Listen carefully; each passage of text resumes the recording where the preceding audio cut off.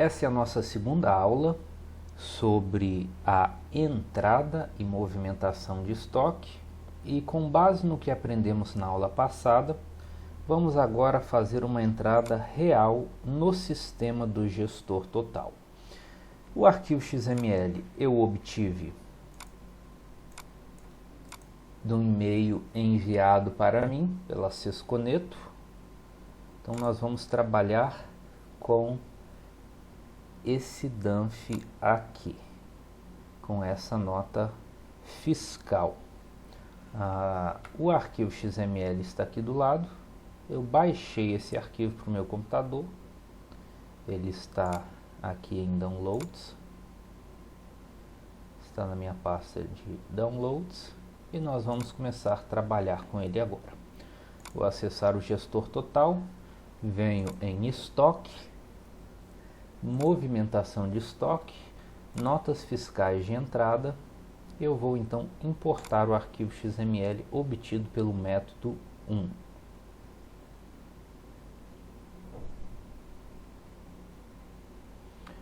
Vou selecionar esse arquivo e vou clicar em abrir. Pronto. Aqui ele já me mostra a chave do documento. Aqui o número de protocolo desse documento na Receita Federal. E aqui mostra a data em que foi autorizado o documento, que foi 20 de fevereiro de 2021. Ele me mostra a quantidade de itens, ou seja, produtos que eu tenho. Me mostra o valor total, R$ 173,25, uma nota bem simples. O fornecedor, Sesconeto. Aqui ele me mostra a data de emissão. Atenção aqui, porque como o servidor está nos Estados Unidos, o modelo de datação deles é diferente. Primeiro o mês, depois o dia, depois o ano. Aqui está da mesma forma. Essa nota foi emitida no mês de fevereiro, dia 20 do ano 2021. E a data de entrada, nós temos aqui, dia 28 de fevereiro de 2021. Aqui nós temos algumas marcações: importar pagamentos e parcelas a pagar, ok. Movimentar o estoque, esse aqui é o mais importante. Se está marcado, significa que os produtos indicados nessa nota fiscal vão alterar as quantidades do nosso estoque. E armazenar XML após efetuar a importação. Isso nós já vamos deixar sempre marcado, eles vêm marcado por padrão. Aqui também, nas informações de pagamento, não há necessidade de alterar nada. Então nós vamos avançar agora. Bem, avançando eu vejo os produtos. Cola glitter, 24 unidades. Cola glitter sortida, 6 caixas. E EVA 40 por 60 na cor roxa, 40 unidades também. O principal para nós vermos aqui, e que é o coração da entrada de nota e também da saída, diz respeito a essas duas colunas, CFOP e CSOSN. Vamos entender bem isso aqui, porque isso aqui é o centro do nosso estudo. Para entender isso, nós vamos estudar uma coisa chamada substituição tributária. Nós temos essa esquematização aqui. Esqueça essa parte de cima aqui. Nós vamos começar com a parte de baixo. Na nossa história aqui nós temos uma fábrica de colchão. Essa fábrica vende um colchão, um caminhão entrega o colchão para a loja de colchões. O produto chega na loja, o comerciante fixa sua margem de lucro e acrescenta o valor correspondente ao ICMS. O que é ICMS? É o Imposto Estadual sobre Circulação de Mercadorias e Serviços. Então, o comerciante precificou o seu produto e vendeu o colchão para o consumidor final. E, obviamente, no preço do colchão vendido para o consumidor final, o comerciante embutiu o custo do imposto. Então, ele repassou para o consumidor final o custo do imposto. Então, quem efetivamente paga o imposto é o consumidor final. O consumidor final paga para a loja e o lojista paga para o governo. A maior parte das transações são assim, sem substituição tributária. Ocorre o recolhimento do imposto em cada cadeia de circulação de mercadoria. Mas daí nós chegamos no fenômeno da substituição tributária. Como o próprio nome já diz, na substituição tributária, quem paga o tributo ao governo é um substituto. Então vamos entender aqui. Nós temos novamente a fábrica de colchão e o ICMS do colchão é pago antes de o produto sair da fábrica. A alíquota é de 17% sobre a margem de lucro estimada. Então, antes que qualquer lojista compre da fábrica, a fábrica já recolhe o imposto estadual e paga ao governo. Então, o produto chega aqui para o lojista já no seu preço já está embutido o valor do imposto, porque quem embutiu o valor do imposto no preço foi a própria fábrica. O preço do produto que a fábrica passou para o lojista já considera o ICMS embutido e o lojista vai apenas repassar isso para o consumidor. O colchão é vendido, o consumidor paga o ICMS recolhido pela fábrica. Então, este é o fenômeno da substituição tributária. O que isso implica para a Máximos? Vai implicar em duas partes. A primeira é a parte prática e a segunda é a parte contábil. Na parte prática, nós vamos ter o seguinte: quando vamos comprar alguns produtos para a nossa empresa, normalmente o fabricante ele diz assim: eu vou passar o preço para você, mas sem ST. O que é ST? ST é justamente o valor do ICMS, do imposto estadual de substituição tributária. Por isso é chamado de ICMS-ST, ou seja, ICMS substituição tributária, ICMS-ST. Então, o fabricante diz assim: eu vou passar o preço para você sem a ST. Então, ele passa um preço para a gente sem considerar o imposto estadual. Então, nós sempre temos que ficar bem atentos para saber se o preço do fabricante ele está nos passando com o ICMS-ST ou sem o ICMS-ST. Se ele está passando sem o ICMS-ST, nós temos que contatar a contabilidade e pedir que ela calcule o valor que vai ser da ST, para que assim a gente tenha um preço real para formular o nosso preço de venda na licitação. Então, quando isso ocorre, vamos supor que nós fechamos negócio com essa fábrica, juntamente com a nota fiscal,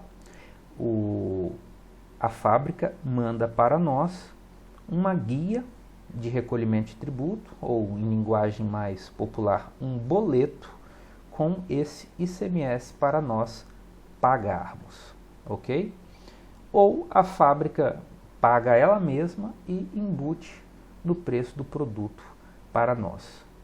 Esse é o primeiro aspecto, o aspecto prático. Nós precisamos saber se o preço que o fabricante nos passa é com ou sem ST. Mas a parte que nos interessa especificamente nesse vídeo é o aspecto contábil. O que eu tenho de fazer numa nota em que tenha produtos sujeitos à substituição tributária. O que eu tenho de fazer no sistema? Bem, para sabermos o que nós temos de fazer no caso de produtos sem substituição tributária e no caso de produtos com substituição tributária, nós vamos entender agora e estudar algumas outras nomenclaturas. E a primeira nomenclatura que nós vamos estudar é a nomenclatura de CFOP. Onde isso aparece aqui, veja que já aparece numa tela inicial do gestor total, quando nós estamos tratando aí de importar uma nota, um arquivo XML. Repara que aqui nós temos uma coluna de CFOP, então esse é um assunto central para o nosso trabalho. O que é CFOP? Essa sigla é Código Fiscal de Operações e Prestações. Disponibilizada pela Cefaz, ou seja, Secretaria da Fazenda Nacional, é um órgão da Receita Federal. O CFOP, Código Fiscal de Operações e Prestações, é um código numérico que identifica a natureza de circulação de mercadorias e serviços de transportes intermunicipais, interestaduais e também internacionais. Além disso, o CFOP é indicado nas emissões de notas fiscais, declarações, guias e escrituração de livros. Hoje existem mais de 500 códigos e é comum se confundir no momento de escolher o código mais adequado para a circulação de um produto específico. Então note que aqui é o coração do trabalho de entrada e saída de nota, e é um assunto que exige muita atenção porque são mais de 500 códigos. Embora sejam tantos assim, o número dos que nós vamos usar não passa de 10. Então vamos entender um pouco aqui de como funciona essa numeração do CFOP. Se nós temos uma numeração que começa com 1, trata-se de entrada ou aquisição de serviços do mesmo estado. Ou seja, fornecedor e comprador ou destinatário, fornecedor e destinatário estão dentro do mesmo estado. Então vamos aqui ao nosso programa. Note que o CFOP aqui dos produtos começa com 1. Por que ele começa com 1? Porque tanto o fornecedor, Sesconeto, quanto o destinatário, Máximos, estão sediados no mesmo estado, o Espírito Santo. Por isso, começa com o número 1. Além disso, significa que aqui nós estamos tratando com um produto que vai entrar no estoque do destinatário. Não é um produto que está saindo do estoque do destinatário, ele está entrando no estoque do destinatário, por isso começa com o número 1. Voltando aqui à explicação do CFOP, se o número do CFOP começar com 2, significa que também é uma entrada, porém é uma entrada de uma mercadoria cujo fornecedor está em outro estado. Então, se a Máximos está no Espírito Santo, uma mercadoria que venha de São Paulo vai começar com o CFOP no número 2. CFOP começando com 3 é para entrada ou aquisições de serviços do exterior. Não se aplica a nós porque nós não fazemos importação. O CFOP também pode começar com o número 5, 6 e 7. Novamente aqui é a mesma lógica. Se ele começa com o número 5, significa que é uma saída, ou seja, é uma venda, está saindo do nosso estoque para dentro do estado. Então, se eu estou vendendo, se a Máximos está vendendo para o município de Laranja da Terra, para o município de Afonso Cláudio, na nota fiscal emitida pela Máximos, o CFOP do produto começará com o número 5, porque é uma saída para dentro do mesmo estado. Porém, se a venda for para outro estado, Minas Gerais, Rio de Janeiro, o CFOP do produto na nota da Máximos começará com o número 6, porque se trata de outro estado. Aqui começando com o número do 7, número 7 diz respeito a saídas ou prestações para o exterior, não se aplica a nós. Então, basicamente é isso que precisamos entender. 1 e 2 para entrada, 5 e 6 para saídas. Certo. Vamos agora voltar à tela do gestor total e vamos ver que há uma outra classificação. Essa é a classificação do CSOSN. O que significa essa nomenclatura? Vamos aqui estudar o que é isso. O CSOSN, também conhecido como Código de Situação da Operação do Simples Nacional, é uma numeração criada pelo governo e utilizada por empresas optantes do Simples Nacional. O CSOSN é um desses códigos. Se aplica a notas emitidas pelo Simples Nacional e identifica qual o tipo de operação registrada no documento fiscal. Certo. Agora vamos baixar aqui para ver uma tabela que será prática e importante para nós, que é essa tabela aqui. CSOSN 101, 102, 103, 201, 202, 203, 300, 400, 500 e 900. O que vai ser relevante para nós aqui? Apenas 2 códigos do CSOSN vão ser relevantes para nós. O primeiro é o código 102, que vai indicar uma mercadoria tributada pelo Simples Nacional sem permissão de crédito. E o segundo código relevante vai ser o código 500, ICMS cobrado anteriormente por ST ou por antecipação. Tá vendo onde você vai usar o conceito de ST, substituição tributária? Na entrada e na saída de mercadorias. Então, se eu tenho um produto ao qual se aplica a substituição tributária, eu vou preencher com o código 500. Mas se ao meu produto não se aplica a substituição tributária, eu vou aplicar o código 102. É muito comum que, por definição, quando vamos fazer a importação de uma nota, ela venha com o código 101.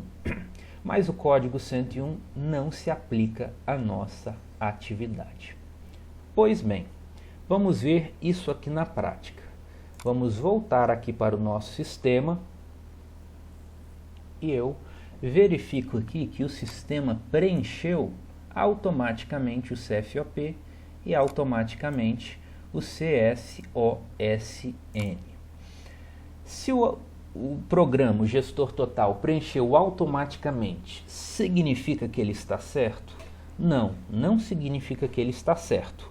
Muitas vezes ele está errado. Por isso que é importantíssimo trabalhar com atenção máxima aqui nesse ponto, porque uma mercadoria com a tributação qualificada erroneamente vai atrapalhar todo o nosso fluxo de trabalho. Ok. Então, vamos começar aqui pela coluna do CFOP. Se eu clicar aqui, ele vai me dar uma tabela. E nessa tabela, nós vamos ter o CFOP de toda número 1.0. Nós vimos que o número 1.0 diz respeito à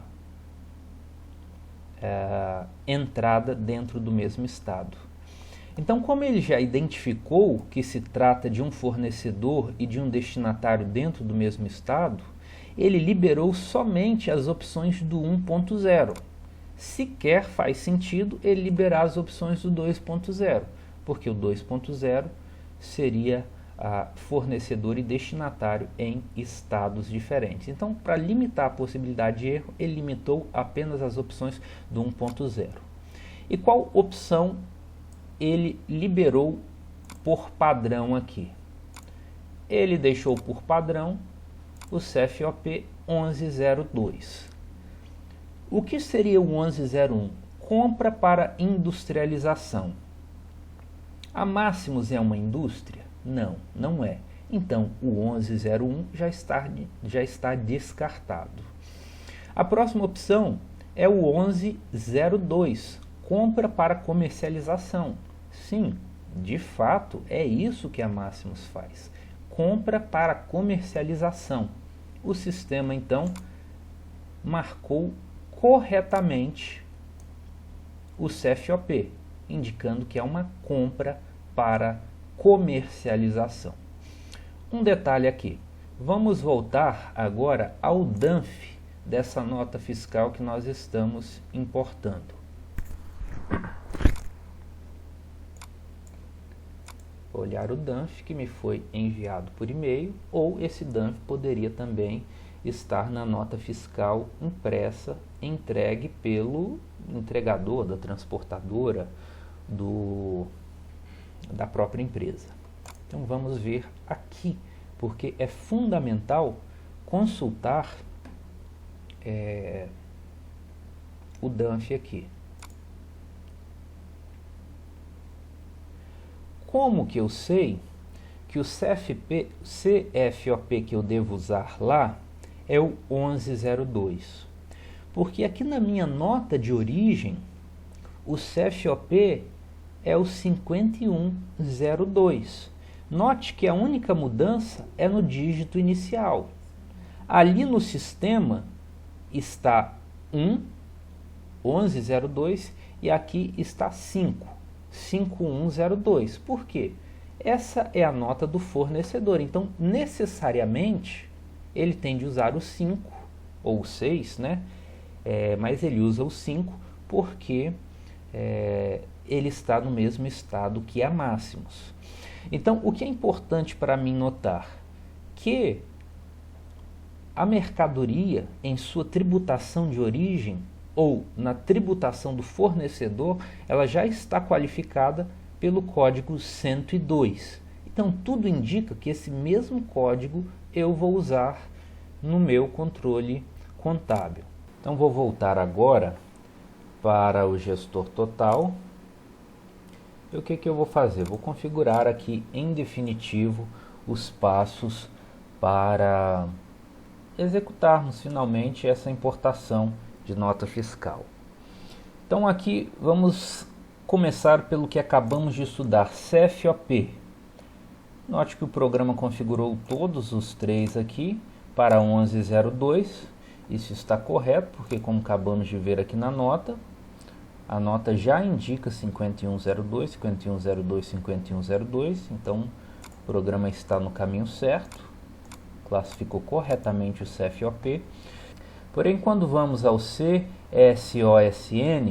vemos que aqui precisamos fazer uma alteração. Por quê? O CSOSN 101, como nós vimos, vamos relembrar aqui na tabela de CSOSN, o número 101 não é aplicável para a natureza das nossas operações, porque o número 101 diz respeito à mercadoria tributada pelo Simples Nacional com permissão de crédito de ICMS. Isso não é aplicado para nós. Nós vamos utilizar apenas o número 102 quando se tratar de mercadoria tributadas pelo Simples Nacional sem permissão de crédito. Nós vamos utilizar o número 500 quando se tratar de mercadoria sujeita ao regime da substituição tributária. Qual desses dois casos vai ser aplicado à presente situação? Claro que nós estamos diante de uma mercadoria tributada sem permissão de crédito. Não é uma mercadoria sujeita à substituição tributária. Então nós vamos usar ali o 102. Voltando ao programa, vamos fazer a alteração aqui para o 102. Uma dica, basta eu ver aqui o CFOP com a terminação em 102, isso aqui já é indicação absoluta que o CSOSN vai ser também o 102. A mesma coisa aqui no item 2. Vou alterar para o 102, porque se o CFOP já termina com 102, necessariamente o CSOSN vai ter de ser 102. Mesmo raciocínio aqui. Pronto, a essa altura o CFOP e o CSOSN já estão configurados. Ok? E nós vamos para a próxima coluna, a coluna da quantidade. Aqui, ó, se eu clicar, eu faço a classificação. Aqui começando do menor número, aqui começando do maior número. Eu gosto de utilizar aqui a classificação do número que já veio na nota, né? 1, 2, 3, numeração crescente. O que a quantidade aqui vai me indicar? Eu sempre tenho de olhar conjugado a quantidade e a unidade, porque aqui, por exemplo, eu tenho 24 unidades de cola glitter, aqui eu só tenho 6. Então quer dizer que o item 1 há mais quantidade no item 1 do que no item 6, do que no item 2, que tem apenas 6. Afirmação incorreta, porque ao passo que aqui eu estou lidando com 24 unidades, aqui eu estou lidando com a quantidade 6 mais a unidade caixa. Aqui é muito importante também a gente entender para não bagunçar o estoque. Por padrão, então se é por padrão pode haver exceção, mas a exceção necessariamente é menos frequente do que a regra, do que o padrão.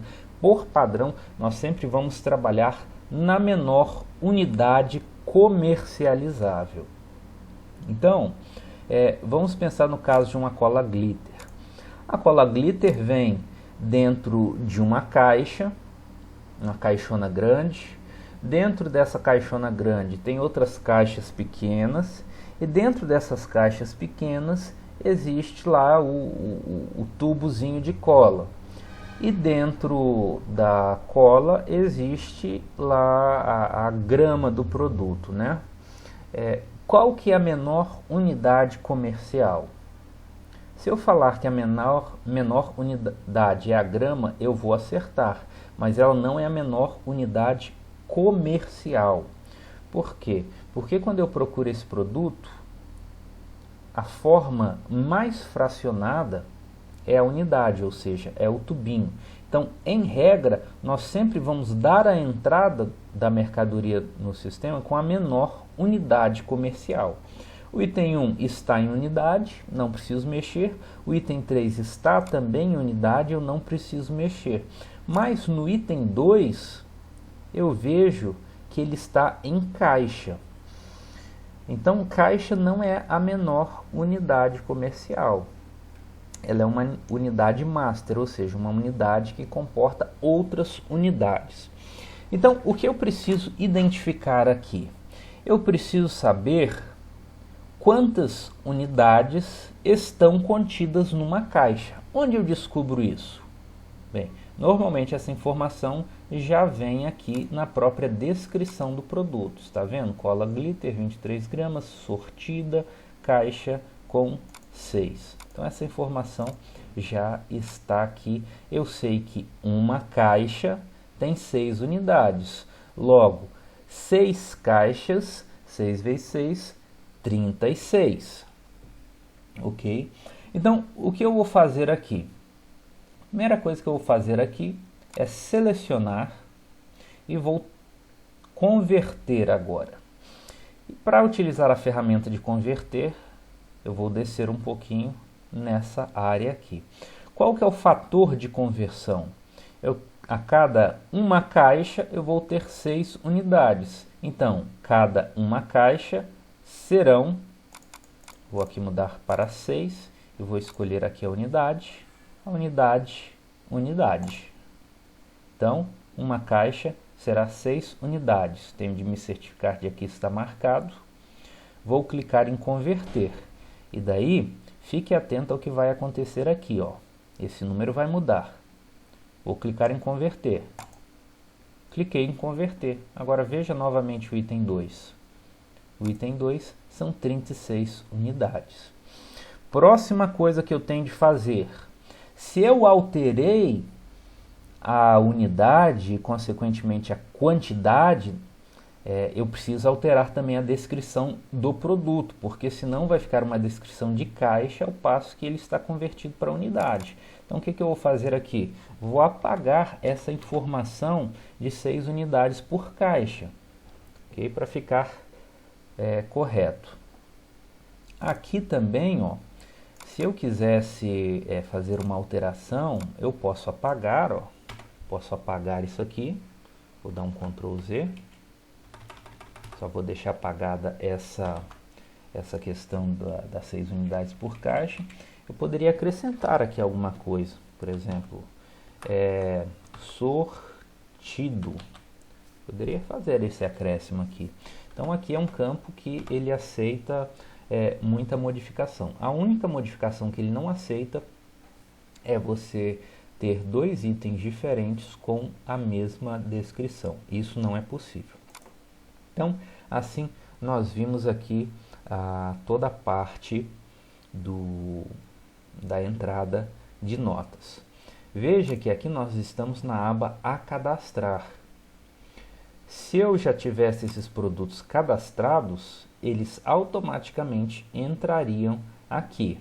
Isso nós vamos ver numa outra aula posteriormente. Então aqui eu vou agora marcar todos os itens, porque eu quero cadastrar esses itens que estão marcados aqui no sistema. Veja aqui que eu posso desmarcar todos, posso marcar todos. O que eu vou fazer para cadastrar? É só vir aqui no botão cadastrar. Porém, aqui nós vamos ficar atentos aqui a esses percentuais de lucro. Porque o gestor total tem essas caixinhas aqui? Porque ele tem uma ferramenta de precificação. Nós não usamos essa ferramenta de precificação do gestor total. O nosso é pelo sistema de licitações. Então, o que nós fazemos aqui? Vamos reduzir isso aqui para 1, para ele não nos perturbar no futuro. Nós sempre vamos, em todas as situações, ao cadastrar uma mercadoria, deixar em 1% e deixar em 1%. Aqui, em relação ao tipo do produto, mercadoria para revenda vai ser a opção que nós vamos escolher em 99,99% dos casos. Porém, vai haver algum caso em que eu posso escolher matéria-prima, embalagem, material de uso e consumo, mas vão ser casos muito raros. Na grande maioria nós vamos trabalhar com a opção mercadoria para revenda. O que seria uma matéria-prima? Vamos pensar que nós vendêssemos marmita, licitação de marmita. Então, na licitação da marmita, da refeição, eu compraria o arroz e marcaria o arroz como matéria-prima. Então, eu levaria o arroz para a cozinha, misturaria com feijão, com os outros ingredientes da refeição, e a nota que eu fosse emitir, os itens dela não seria arroz, feijão, tomate, não. O item seria refeição pronta. E nessa refeição pronta estaria a matéria-prima arroz. Um outro caso aqui, embalagem. Nós já fornecemos cestas básicas. E na hora de fornecer cesta básica, os materiais precisam ir embalados numa sacola transparente. Porém, a sacola transparente não faz parte dos itens permitidos em nota. Quando eu vendo a cesta básica, eu não estou vendendo a sacola transparente, eu estou vendendo apenas os produtos alimentícios, muito embora eu tenha de entregar os produtos em uma embalagem. Então, como será a entrada da sacola de embalagem no meu sistema? Seria por aqui. É um produto que acompanhará a venda de outros, mas ele não estará aqui na nota fiscal. Vamos dar um outro exemplo aqui. Material de uso e consumo. O que é um material de uso e consumo? É aquele que será usado e consumido nas atividades típicas da empresa, sem que ele seja uma mercadoria para a venda. O maior exemplo disso é o papel sulfite. Nós precisamos de papel sulfite para imprimir os documentos de uma licitação, para imprimir planilhas de controle, para imprimir qualquer papel ligado ao uso da empresa. Mas esse papel, quando eu compro, por exemplo, eu poderia estar comprando aqui da Sesconeto, em vez de mercadoria para eu revender, eu poderia estar comprando papel sulfite para o uso da empresa. Como seria a entrada desse produto no sistema? Seria aqui em material de uso e consumo. Então, essas são algumas opções. Outro importante aqui, ativo imobilizado. O que é o ativo imobilizado?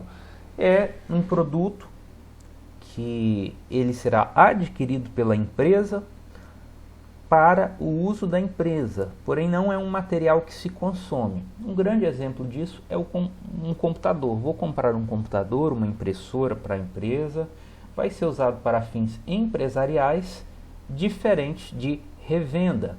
E como o computador é um bem durável, ele entrará como um ativo imobilizado da empresa. Ok? Mas vamos voltar ao nosso caso aqui. 99% das situações estaremos tratando de mercadoria para revenda. Cliquei aqui em mercadoria para revenda. Já minha tela aqui está toda pronta. Já converti, já fiz o CFOP, CSOSN, quantidade, unidade, marquei todos, já fiz a conversão, lembrei de colocar o lucro aqui sempre em 1%, marquei o tipo de produto como mercadoria para revenda, vou clicar em cadastrar. Os produtos sumiram aqui da aba a cadastrar, e onde eles estão? Na aba já cadastrados. O que eu vou fazer agora? Simplesmente avançar e ele me pergunta: confirma a importação desta nota fiscal? Sim, nota fiscal está importada com sucesso. Ele me dá as opções aqui de importar uma nova nota, de imprimir uma etiqueta, isso aqui a gente não usa, ou de acessar a nota que eu acabei de importar. Normalmente essa opção aqui vai ser muito usada, né? Pois quando a gente começa a importar notas, a gente faz o trabalho no fluxo de várias dezenas de notas. Então, se eu clicar aqui novamente, ele vai abrir a tela para eu fazer o upload do arquivo. Ok? Se eu não tiver nenhum outro arquivo para importar, sair, e então eu vou filtrar aqui a nota. Vamos fazer essa alteração aqui, vou colocar pesquisar notas desde o início do ano, vou filtrar e pronto, aqui está a nota da Sesconeto que nós acabamos de importar. Eu posso clicar nela, vou ter algumas informações, mas agora os campos estão já definidos, os campos não são mais editáveis. Eu posso acessar os itens dela, cola glitter, tem todas as informações. Aqui eu vou passando de item para item. E também, se eu quiser fazer alguma alteração depois de a nota estar importada, eu venho aqui em reabrir. Reabrir a nota, posso mudar aqui datas, posso mudar informações da tributação. Se eu vier agora em acessar os itens, posso mudar o CFOP do item. Então, assim nós acabamos nossa aula de importação de nota fiscal, parte 1.